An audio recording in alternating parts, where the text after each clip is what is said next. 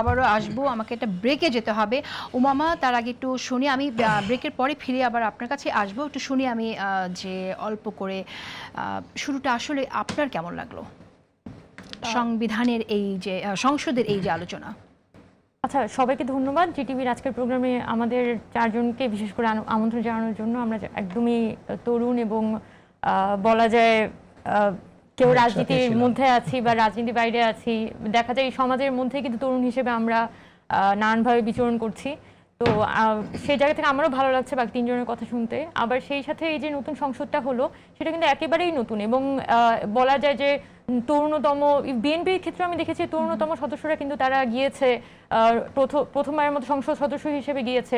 অন্যান্য যারা বিরোধী দল আছেন, এনসিপি বলি, জামাত বলি, তাদের মধ্যে থেকেও কিন্তু একদমই প্রথমবারের মতো সংসদ সদস্য হিসেবে গিয়েছে। তো অবভিয়াসলি আমরা লাস্ট 17 বছরে আওয়ামী লীগের যে ধরনের একটা সংসদ আমরা দেখেছি, সে তুলনায় আমরা দেখতে পারি যে অনেক বেশি নতুন, এবং যেহেতু সবাই তরুণ, সবাই প্রথমবারের মতো যাচ্ছে, অনেক ক্ষেত্রে হয়তো ভুল থাকতে পারে, ত্রুটি থাকতে পারে, কিন্তু সেটার পর আমি বলবো যে সংসদটা অনেক বেশি প্রাণবন্ত এবং সকলের মধ্যে কিন্তু যার যার এজেন্ডা নিয়ে তো অবভিয়াসলি সবাই পলিটিক্সটা করবে, but at the end off day মানে আমি নাগরিক হিসেবে আমার মনে হয়েছে সংসদটার মধ্যে অনেক গুরুত্বপূর্ণ আলোচনাগুলো উঠে আসছে এবং এই স্পেসটা আছে। ইভেন প্রধানমন্ত্রীর সমালোচনা থেকে শুরু করে এই ঘটনাগুলো কিন্তু বেশ অহরহই হচ্ছে।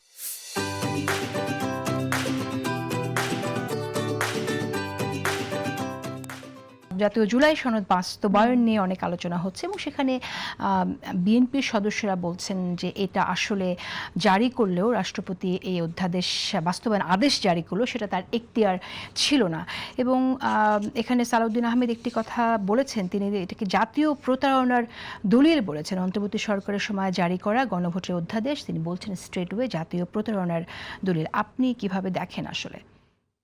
এখানে আসলে আমার কাছে মনে হয়েছে বিষয়টা জটিল, মানে জটিল ইন এ সেন্স যে আমি যদি জনগণের জায়গা থেকে দেখি, এখানে প্রত্যেকটা পক্ষের মধ্যেই তো নিজের তারা যে জায়গা আসলে এগ্রি করেছিল সেই জায়গা পর্যন্ত আসলে তারা পুষ্টা করতে চায়, এর বাদ বাকি জায়গায় তো তাদের আসলে খুব বেশি অ্যামেন্ডমেন্ট আনার ইচ্ছা আছে, বিষয়টা আমার কাছে এরকম মনে হয় না। যেমন একটা কথা বলতে পারি, যেমন বিএনপি যখন এই কথাটা বলছে, অবভিয়াসলি ইন্টারিম গভর্নমেন্টের সময় যখন ঐকমত্য কমিশন ছিল তখন বিএনপির একটা প্রাথমিক প্রবণতাই ছিল তারা দ্রুততম সময়ের মধ্যে নির্বাচন চায় এবং নির্বাচনটা আনার জন্য তারা কিন্তু চাচ্ছিল ঐকমত্য কমিশনের যে মিটিংগুলো আছে, এই যে এখানে যে থেকে যে জুলাই সনদটা দেয়া হবে সেটা যাতে দ্রুততম সময়ের মধ্যে সরকার কর্তৃক প্রকাশিত হয় এবং সেজন্য বিএনপির পক্ষ থেকে নোট অফ ডিসেন্ট সহ যাতে প্রকাশ করা হয় সেটা একটা চাপ ছিল।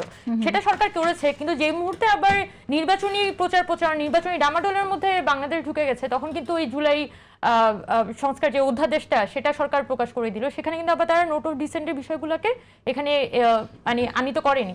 তো অবভিয়াসলি তাদের জায়গা থেকে তারা যে যুক্তিগুলো রাখছে, এখানে আবার এনসিপি বলছে যে আপনারা চাইলে তো আগেই বলতে পারতেন, আপনারা কেন নির্বাচনের পরে এসে কথাগুলো বলছেন। সো অবভিয়াসলি এখানে তো খুবই এভিডেন্ট যে বিএনপি তাদের নোট অফ ডিসেন্ট যে যে জায়গাগুলোতে আছে সেই জায়গাগুলোতে তারা আসলে বাস্তবায়নটা করতে চাচ্ছে না। আবার এই দায়িত্বটা আমি মনে করি যে এই দায়িত্বটা ছিল আসলে অন্তর্বর্তীকালীন সরকারের।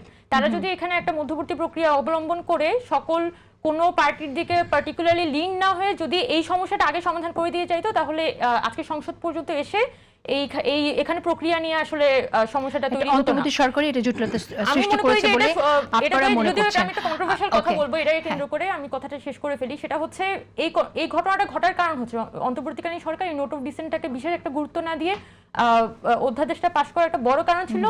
আমি যতটুকু জানি এখানে সরকারের ভিতরে একটা ইন্টেল ছিল যে হয়তো জামাতের এনসিপি যদি এখানে জোট করে তাহলে তারা রাষ্ট্র ক্ষমতার মধ্যে আসতে পারে, তখন তারা এই জুলাই সনদ যেটা আছে সেটা তারা হচ্ছে সংসদে গিয়ে বাস্তবায়ন করতে পারবে। সেজন্য তারা একটা চান্স নিয়ে দেখে, চান্স নিয়ে এখানে জুলাই অধ্যাদেশ যেটা সেটাকে অধ্যাদেশ আকারে তারা পাশ করে ফেলে। যেহেতু তাদের উপর তো ওই সময় বিএনপি সরাসরি কোনো চাপ দেওয়ার সুযোগও নেই, যেহেতু নির্বাচনের ডেট ঘোষণা করে দিয়েছে, তফসিল ঘোষণা হয়েছে, অবভিয়াসলি সবাই নির্বাচন নিয়ে প্রচন্ড রকমের ব্যস্ত।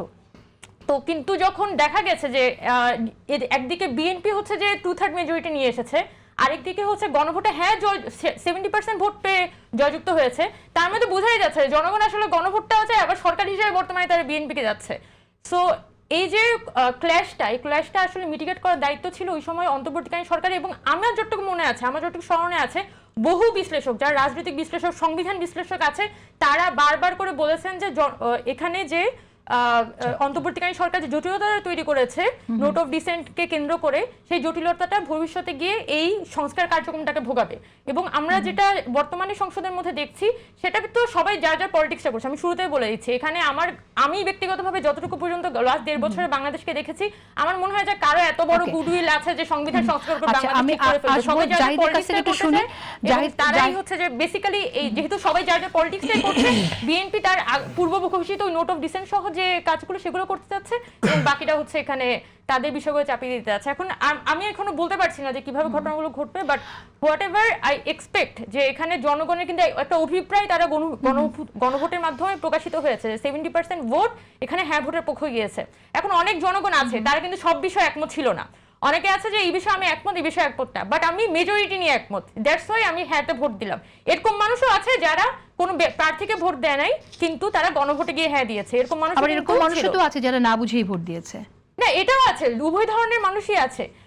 কিন্তু যেহেতু এখানে হ্যাঁ জয়যুক্ত হয়েছে, ওইটাই তো আসলে দিন শেষে আপনার বহিঃপ্রকাশ। এটার কি ভেবে দিয়েছে না দিয়েছে এটা তো আর এখন গুরুত্বপূর্ণ না। ওকে, আমরা এই বিষয়টা নিয়ে কথা বলতে এই সংবিধানটা সংস্কারের মধ্যে দিকে নিয়ে যাওয়া, কারণ আমি মনে করি যে এখানে যদি বাংলাদেশের ভবিষ্যৎ রাজনীতিকে প্রশ্নবিদ্ধ হইতে পারে শুধুমাত্র জুলাই সনদকে কেন্দ্র করে, এটা ছাড়া আসলে বর্তমানে কোনো প্রতিবন্ধকতা নেই।